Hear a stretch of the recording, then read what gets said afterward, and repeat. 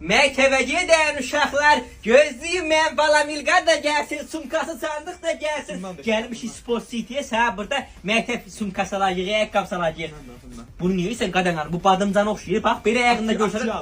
Atan niyə nir buna başına daşsın? Sən məktəbli krasovkası alacağam. Yerine dol. Sumka alacağım. Yeri. İyi kuş buna bax sən yanıqsan. Yaxşı məktəbdə su içməyə su qavlardı. Bundan nə yaxşı, nə keçək? Hə, bunu dədən alarıq. Qoy bura dədən yeyinəcək. Nə istəyirəm axı bundan? Bir kirdənə su qabı deyirəm sən. Dədən alacağam bunu. Dədən yeyinəcək. Yerim bunu tumuşunu da gətir.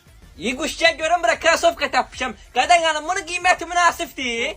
Buna var nə keçək? Şimdi bunu sənin münasib. Niyə inirsən bax bunu? Niyə inirsən? Krasovka. Bax yersən. Krasovka alıram sən. Gəl bura.